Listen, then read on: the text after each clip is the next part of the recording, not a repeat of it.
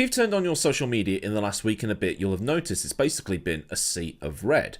Because the big news in Formula 1 for 2025 is that Ferrari will have its drivers as Charles Leclerc, who is an academy product for Ferrari, and some guy called Hamilton. Apparently, he's been quite successful. Because of the car, innit? But otherwise, it has been pretty big news, because 106 of Lewis's, 106 wins in Formula 1 have come with Mercedes power between McLaren and the Mercedes factory team. It's the most successful driver and manufacturer pairing in Formula 1 history, even if you just take Mercedes as the factory team. 84 of his 106 have come there. More than Senna with Honda and more than Schumacher with Ferrari. On top of this, Hamilton, like Schumacher, is a 7-time champion, so there's so many parallels to be drawn with all of this. But at the same time, it's not often that a British driver ends up at Ferrari. Or is it? Mike Hawthorne won the first title for a British driver while at Ferrari, and there's your first piece of pub trivia for the day.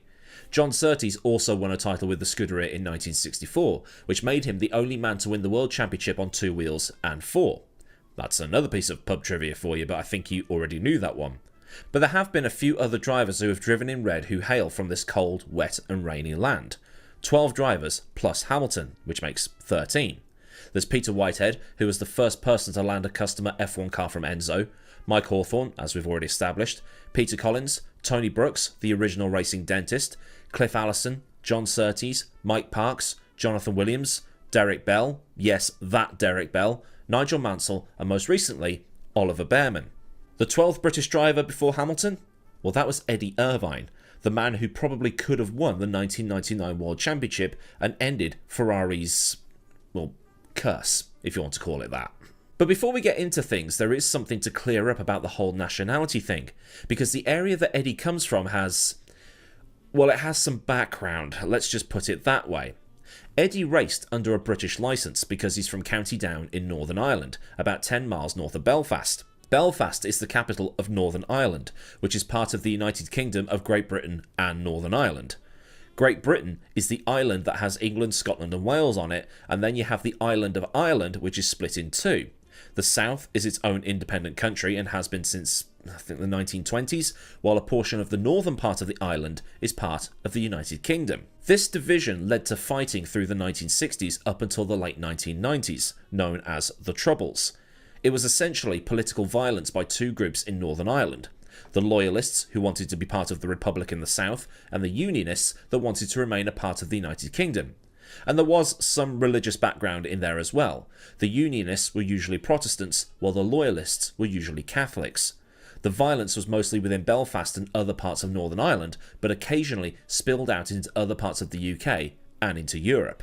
I remember the Omagh bombing in 1998. I think I was probably about 7 at the time, but my parents will remember the Mulberry Bush bombing in Birmingham in the 1970s, more commonly known as the Birmingham pub bombing, something that's been in the news, the local news, quite recently.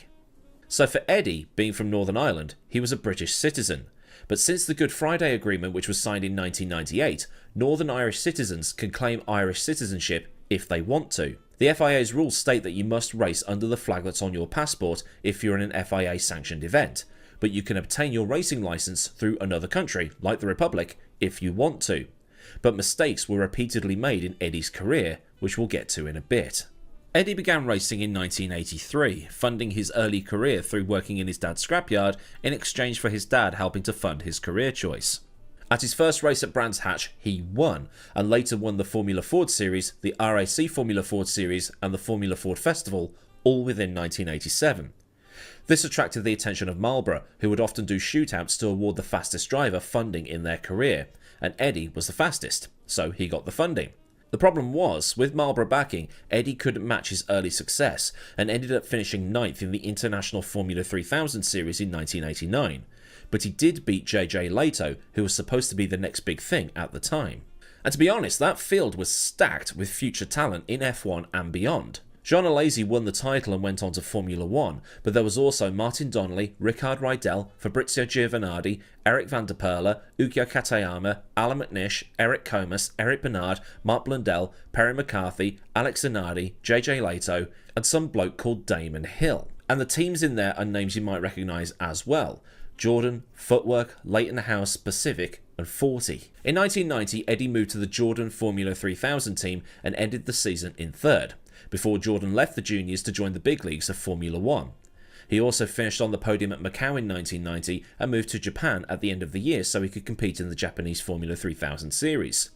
In 1992, he was at Le Mans, partnered with Roland Ratzenberger, and came second in his class. Oh yeah, 1992 Le Mans 24 Hours. What a catastrophe that was. It was essentially, we don't have Group C anymore. Let them run the Group C cars for now, and we'll just sort it all out afterwards. After a few years in, racing exile, if you want to call it that, in Japan, Eddie was called up by his old boss, Eddie Jordan, to drive for his Formula 1 team at the 1993 Japanese Grand Prix. I know the picture I'm using here isn't of Irvine, but it's a 1993 Jordan, so it'll do. Eddie knew Suzuka like the back of his hand. It was one of his strongest tracks and he was pretty fast there, so it would be a good way of Eddie evaluating the young Irishman for a drive for 1994. And Eddie, Irvine that is, on his first ever appearance in F1, scored a valuable point for Jordan. Barrichello finished 5th, but it was the first points that the team had scored all year. This is the infamous race where not only had Senna been effectively matched by Mika Hakkinen in qualifying, Irvine had been so bold as to unlap himself from the McLaren driver. After the race, Gerhard Berger was winding Senna up, being that bloke in the pub egging his mate on to have a fight. Hey, Aidan, you're not going to stand for that, are you? He unlapped himself. You should go and speak to him. Go on, have a word with him. He can't do that to you. You going to let him do that to you? You should go and sort him out. Story goes that Eddie was doing an interview when Senna turned up and Eddie completely blanked him. Senna supposedly tried to do the "do you not know who I am" thing and gave him a smack. It was the best thing that could have happened for Irvine's career. He'd been thumped by one of the GOATs at his first ever Grand Prix. There's a transcript available somewhere, and it made Eddie the bloke everybody wanted to talk to because he'd just been lamped by Senna, so it was essentially, what did you do to piss him off that badly?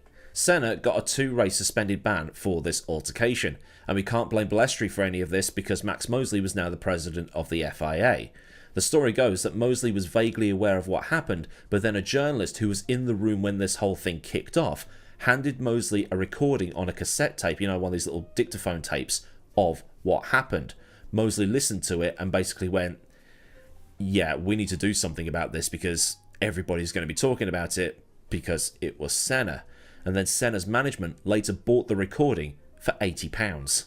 But Irvine was going to be making the headlines again in 1994, at the very first round of the season. Heading down the back straight between turns 3 and 4 at Interlagos, Irvine, Brundle, Verstappen and Bernard were following line astern, to use one of Brundle's favourite lines. I think Bernard was about to be lapped, but Irvine and Verstappen were definitely racing each other. As they came to overtake Bernard's Ligier, Irvine pulled out from behind the Ligier and forced Verstappen towards the grass. Verstappen clips that grass and the Benetton spins back across the track, collecting the Ligier, mounting Brundle's McLaren, and Verstappen's wheel hits Brundle in the head. It's a miracle that Martin wasn't seriously hurt, if not killed. Between them, Brundle and Mansell must have had more broken bones than all the other drivers combined. Irvine was hit with a 1-race ban for causing this collision. Jordan appealed it immediately, but because the appeal was so frivolous in that they didn't have a leg to stand on and it was blatantly obvious that Irvine had caused all of this, it was then bumped up to 3 races, a 3-race ban. This is what would have happened to Jacques Villeneuve if Williams had followed through with their appeal after the 1997 Japanese Grand Prix qualifying session or practice session, whichever session it was, where he blatantly ignored the yellow flags. Basically what happens is, if you appeal something and it wastes the FIA's time, they just increase the penalty for it. 1994, with the bans and the sea of retirements next to his name, was not a good season. He did get points on his return at the Spanish Grand Prix, but he then went on a run of 5 consecutive retirements. It does show him finishing at the Belgian Grand Prix, but he was classified 13th despite retiring because he completed 90% of the race distance. He was also given a suspended race ban at Monza for punting off Johnny Herbert on the first lap, after which his nickname became Irv the Swerve. And it didn't stop there, because the FIA threatened to take his licence away after he flipped Damon Hill over at Estoril during qualifying for the Portuguese Grand Prix. But he then proved he could do some good things in that Jordan, by scoring points at Jerez for the European Grand Prix, and also at the rain-soaked Japanese Grand Prix that had to run to an aggregate time. I've done a video on that if you're interested. There's an incident that happened at the Japanese Grand Prix of 1994 that was sort of a warning for what happened in 2014. During the season, Eddie competed at Le Mans for the third and final time, although there was a tinge of sadness to it because he was replacing Roland Ratzenberger, who had been killed at the 1994 San Marino Grand Prix. The car finished second overall and won its class. At the Canadian Grand Prix of 1995, Irvine scored his first podium, and the FIA flew the wrong flag for him. Instead of using the Union flag as per his passport, the officials flew the Republic of Ireland's tricolour instead. It's just how confused people can get over that part of the world. Eddie is Irish, as he is from Northern Ireland on the island of Ireland, but he's not Republic of Irish, if that makes any sense. And it's not the first time that this mistake would be made. It happened again at the 1996 Australian Grand Prix, and after it happened at the 1997 Argentine Grand Prix, Eddie's dad was sent death threats by unionists. 1995 was an okay haul points-wise. 12th overall with 10 points was kind of par for the course for a team like Jordan at the time, but there was still a decent amount of retirements as well. That said, with the exception of Hungary, which was a retired but 90% race distance completed race, and also at Okayama, he would have scored points in every race under the current point system, and that would have pushed his tally up even further and might have put him higher up in the standings. At some point in the season, Eddie Jordan announced that Irvine would be signed for another 2 years, only for him to then announce that he was off to Ferrari. I like to think that this was deliberate by Jordan. Sign Eddie up for 2 years and then make Ferrari to pay big money if they wanted him that badly. So Eddie was moving to Maranello to be part of Project Schumacher, or Project Make This Car Not Terrible Anymore, or something along those lines. But as we found out during the story of the Ferrari 310, it was going to be a long season. Not only was the car late, when it did turn up, Schumacher got the majority of the testing time. Irvine had barely had a run in the car when they went to Melbourne. Melbourne was replacing Adelaide, and at the same time it became the first rather than the last round of the season, and Eddie stunned the F1 world by out-qualifying Schumacher at the first attempt. And at the time this was only the third time that this had ever occurred. The previous 2 times had been Herbert at Spa in 1995 and Piquet at Australia in 1991, and I only know this because of the 1996 season VHS tape. When the car finished a race, it tended to do okay, and it probably wasn't the Minardi that some people think it was. 3rd at Australia, 7th in the monsoon in Brazil, 5th in Argentina, and 4th at San Marino where Michael came 2nd. It's actually not too bad. But after that though, yeah, that's a lot of retirements, and with the exception of Spain and Monza, they were all mechanicals. Eddie did bounce back with a 5th place at Estoril where the Michael was 3rd, and was then punted off by Berger at the final race of the season in Japan. In 1997 the car worked a little bit better, but it still wasn't great. There was a podium at Argentina, San Marino, Monaco, France and Japan, with 90% finishes at Hungary and Belgium, and the Italian Grand Prix was an outlier because of Ferrari's problems in those particular conditions. Michael also did badly at that Grand Prix. Brazil and Spain were also horrendous for Goodyear tyre runners who were just burning them up, but you have to admit that that isn't a bad return, and Eddie actually had some other problems in Brazil. The car had more reliability but a little bit more, and he'd be putting in more than respectable performances. 1998 was more indicative of him and where he was in terms of the pecking order within the top 2 teams that year. Hakkinen and Schumacher with Coulthard and Irvine the support acts. Irvine couldn't get a win in 1998, but then again Coulthard only scored the 1 win, and the Brazilian Grand Prix being the only race he failed to score at. In Japan, he used his knowledge of the circuit to try and keep Schumacher's slim championship hopes alive, but Hakkinen was simply too fast. He did manage to beat DC off the line and get into 2nd, but, well, Hakkinen was just too fast. Oh, and there's also the Austrian Grand Prix. Eddie would have been on for a 3rd place finish there, but Ferrari told him to slow down with brake issues so Michael could overhaul the gap and take the position. This being after Michael ripped his front wing off with a mistake at the final corner. But at the midpoint of the 1999 season, Eddie is thrust into a position that he must have never thought he'd ever be in. Hakkinen versus Schumacher was the thing all the media ran with at the start of 1999, so imagine everybody's surprise when Eddie ended up on the top step of the podium in the first race of the season. He was then 5th at Interlagos, but it wasn't his fault, since he had to come into the pits to clear the radiators because the Ferrari was overheating, and then he retired at San Marino. He got back on the podium at Monaco, finishing 2nd in a Ferrari 1-2 and held up Hakkinen so Michael could pull away. But at the Spanish Grand Prix, he qualified second but had a nightmare start and fell to 6th, but managed to claw his way back up to 4th. He'd actually out-qualified Schumacher at this Grand Prix, so maybe he would have been switched around anyway. He was then 3rd in Canada, 6th in that utterly mental French Grand Prix with the rain, and then at the British Grand Prix, he was 2nd, this being the race where Schumacher broke his leg. 2 wins back-to-back at Austria and Germany, as McLaren had absolute mares in both races, and the German Grand Prix win came at the expense of super sub Mika Salo. But it was then 3rd at Hungary, 4th at Belgium after poor qualifying session, but at the same time he was helped by DC putting a win ahead of the team. At Monza, another poor qualifying session as he started 8th but finished 6th, taking the championship lead back from Häkkinen, who retired. But Ferrari absolutely bungled it at the Nürburgring with their committee meeting over the tyres, and that made things tough for the final 2 rounds. Schumacher returned for the Malaysian Grand Prix and played wingman so that Eddie could win the race and put some distance between him and Häkkinen going into the final round of the season. But at Suzuka, once again, Mika was just too fast. Now, there is a conspiracy theory that Schumacher deliberately let Häkkinen win so that Eddie wouldn't win a championship in a Ferrari before Michael could, but yeah, that's just something that I've read somewhere. Maybe a conspiracy special is in order at some points, just with the little things that come up from time to time. But you want to know something interesting? Under the current point system, Irvine wins the season with 1 race to spare. Häkkinen had 5 retirements while Eddie had just the 1. The absolutely insane thing is that Eddie would have won the championship under pretty much any point system that wasn't the one in use at the time. There's also the thinking that if Ferrari had let Irvine overtake Michael in France instead of telling him to hold station, that would have also won him the title. But Ferrari didn't know what was going to happen at the very next race. So at the end of the 1999 season, Eddie left Ferrari to go to Jaguar, and the money involved was massive. Ford overpaid for Eddie because of his Ferrari connections, and in an interview with motorsporttotal.com, Irvine said that not only had they overpaid for Irvine, they'd also overpaid for the Stewart team, and also seemed to think that painting the car green and sticking a Jaguar on the side would make it appealing and or good. But as we found out in the retrospective I did on Jaguar, it seemed that Ford was thinking more about the brand and how to get the best return for as little money as possible, and it all went up the Swanee. Eddie also explained in that interview that he basically used Ferrari for leverage, because Barrichello was coming from Stewart to Ferrari and then basically Eddie was surplus to requirements. He managed to trick Ford into thinking that he wasn't getting sacked. So instead of signing a 2-year deal, he signed a 3-year deal, which in the 3rd year of that contract his salary went up by $2 million.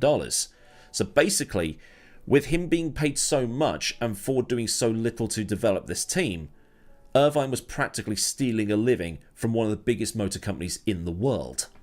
There's a story that the Ford chairman, William Ford, was looking at the payroll of all the Ford employees at the time and found that the highest earner at the company was some racing driver. Who the hell is this Edmund Irvine fella? The boss of Jag at the time was Gunther Steiner, and he swears that this story is true. And given how much Gunther swears, it probably is true. The Jaguar years were stressful. By the time the 2002 season rolled around, Eddie was incredibly vocal about how bad things were and was looking for a drive somewhere else for 2003.